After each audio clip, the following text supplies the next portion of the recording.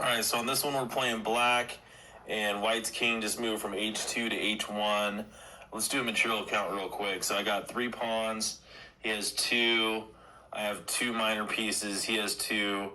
We both have queens, but he has 2 rooks, and we don't. So we're getting dominated. So we got to do something quick here before we lose this game in the end game. First thing I'm looking at are any sort of potential diagonal checks with, say, my queen. Won't be for my bishop because my bishop's a dark square bishop. So can't go, doesn't look like I can go anywhere on the light squares to check white's queen because his queen covers that diagonal, the A8 to H1 diagonal. So that's not looking like it's going to be the play. Another idea I'm looking at is, well, let's just play with some ideas with queen to h4 check. So queen h4 check, what can he do? He could go to what's going to either be g2 or g1. So those are his only 2 choices. So let's just say he goes to g2. So queen h4 check, king g2. Going with the most forcing moves possible. Let's go with queen to h2 check. What would he do there? He would go king to f3, and then let's say we go queen to f2 check. Then he would go either g4 or e4. I feel like he's getting away though already, because if he gets to e4, he's got plenty of possibilities to run away. Well, hold on a second. If he does that, so let's say he goes to e4, then we have queen to g2 check. And what stuck out to me is that relationship where you have the king and queen in line with each other, but the king gets skewered and he can't stay on the diagonal, so has to get out of the way, and then the queen gets taken. So that's kind of where my eyes went. So in that line, let's go through that again. Queen h4 check, king g2, king h2 check, king f3, king to f2 check, king e4, and then it would be queen to g2 check. And no matter where he goes, say d4 or d3, he steps out of the way, and then I take his queen on c6. So I'm thinking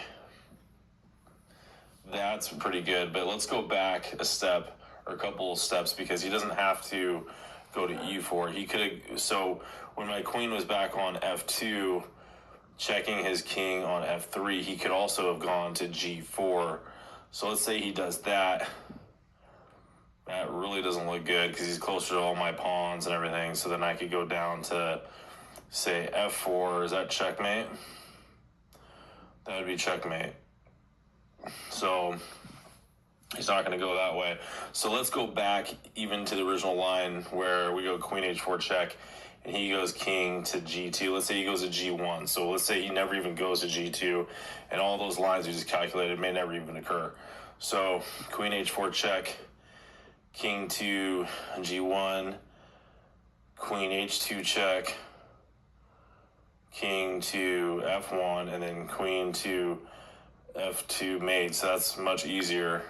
So 1, 2, 2, 3 move checkmate in that sequence. So we have a 3-move checkmate in that sequence, and then that original one we calculated, let me count that out. 1, 2, 3, 4. 4 moves to skewer the king to get the queen. And let's say he doesn't go that way and he goes to g4.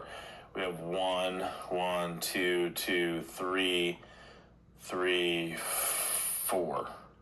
So 4-move checkmate. I think that covers all bases, guys. I'm just going to triple check this before I make the moves. I just don't like missing any of these. Queen to h4 check, king to g1's the easy one, queen to h4 check, king to g2, queen to h2 check, king to f3, queen to F2 check, queen to